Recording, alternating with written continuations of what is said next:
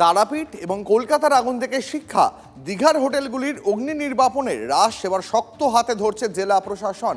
Hotel কর্মীদের mock drill বাধ্যতামূলক সহ একগুচ্ছ নির্দেশিকা জারি করা হয়েছে। আমি এই মুহূর্তে সরাসরি চলে যাব ওল্ড দীঘা থেকে। আমার সহকর্মী কনিষ্ক আমাদের সঙ্গে রয়েছেন।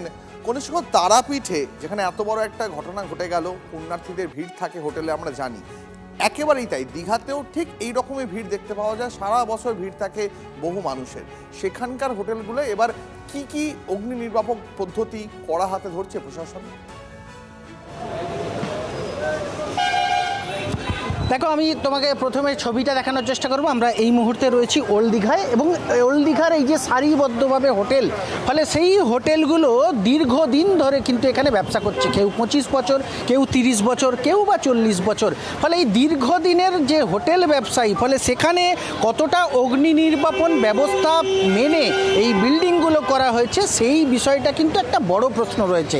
যদিও প্রশাসন, নতুন সরকার চেষ্টা করছেন যাতে দীঘাতে আগত, শুধু দীঘা নয়, দীঘা, ওল্ড দীঘা, শঙ্করপুর, মন্দারমণি, তাজপুর, বিভিন্ন এলাকায় যেসব পর্যটক কেন্দ্রগুলো আছেন, সেই পর্যটন কেন্দ্রে পর্যটকরা যারা আসেন তাদের যাতে প্রকৃত নিরাপত্তার ব্যবস্থা করা যায়, সেই কারণেই মূলত কিন্তু যে দীঘাতে বা এই পর্যটকদের ক্ষেত্রে যাতে সঠিক নিরাপত্তা মানা হয়, তার জন্যই একটি প্রশিক্ষণের আয়োজন করা হলো।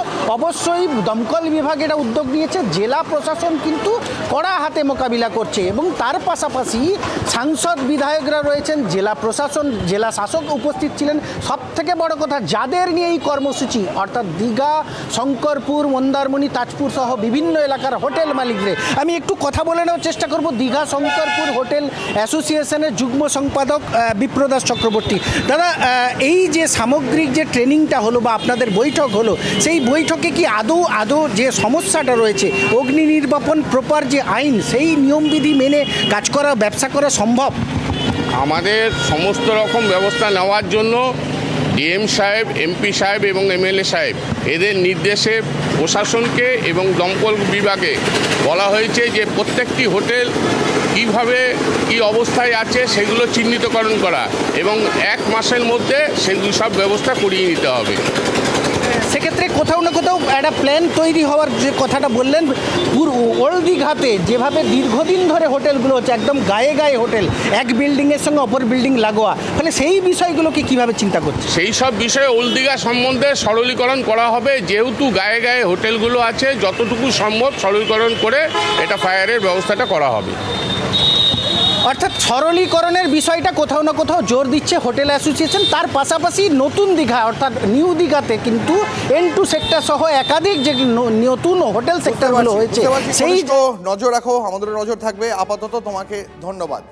আপনারা দেখলেন যেমনটা দীঘার হোটেলগুলোতে এবার অগ্নি নির্বাপন ব্যবস্থা নিয়ে আরও কড়াকড়ি জারি করা হচ্ছে প্রশাসনের তরফ থেকে। যে সমস্ত হোটেলে ফায়ার সেফটি পর্যাপ্ত রয়েছে কি না সেগুলো দেখে নেওয়ার জন্য একাধিক হোটেল মালিকদের সঙ্গে, হোটেল সংগঠনগুলির সঙ্গে বৈঠকে জেলা প্রশাসন। সবাইকে বলে দেওয়া হয়েছে কি ফায়ার সেফটি কমপ্লায়েন্স ইনশিওর করাতে হবে, আর অন্যান্য যে আছে সেফটি সিকিউরিটি ইনশিওর করতে হবে। এটা ডিটেলস যে আছে ও ফায়ার অফিসার কাছে যে ছিল না, ওনাদেরকে বলা হয়েছে প্রপারলি আপনার যে অফিস রেকর্ড আছে তার নিয়ে চেক করুন। ওনারা এখন মনে স্পর শুনে নেই, চেক করে অ্যাকর্ডিংলি ওনারা ব্যবস্থা নিচ্ছেন। ইন্সপেকশন রেগুলার ওনারা করাচ্ছেন, যেখানে লেখানো আছে তাদেরকে নোটিশ দিচ্ছেন, হিয়ারিং করছেন, ফায়ার কমপ্লায়েন্স জন্য ওনারা ইনশিওর করাচ্ছেন। পুলিশ ভিজিট করছে।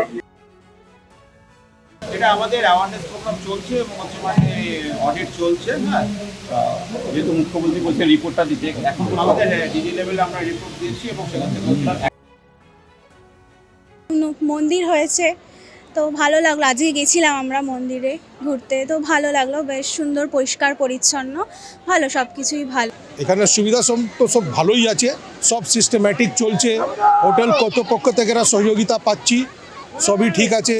রেটটাও হোটেল মোটামুটি রিজনেবল রেট আছে। এর আগে এসছিলাম, অনেক উল্টোপাল্টা রেট ছিল হোটেলের, এখন ওরা সব ঠিকঠাক যা একটা রুটিন মাফিক করা আছে সেইরকমভাবে নিচ্ছে, ব্যবস্থাটাও ঠিক আছে।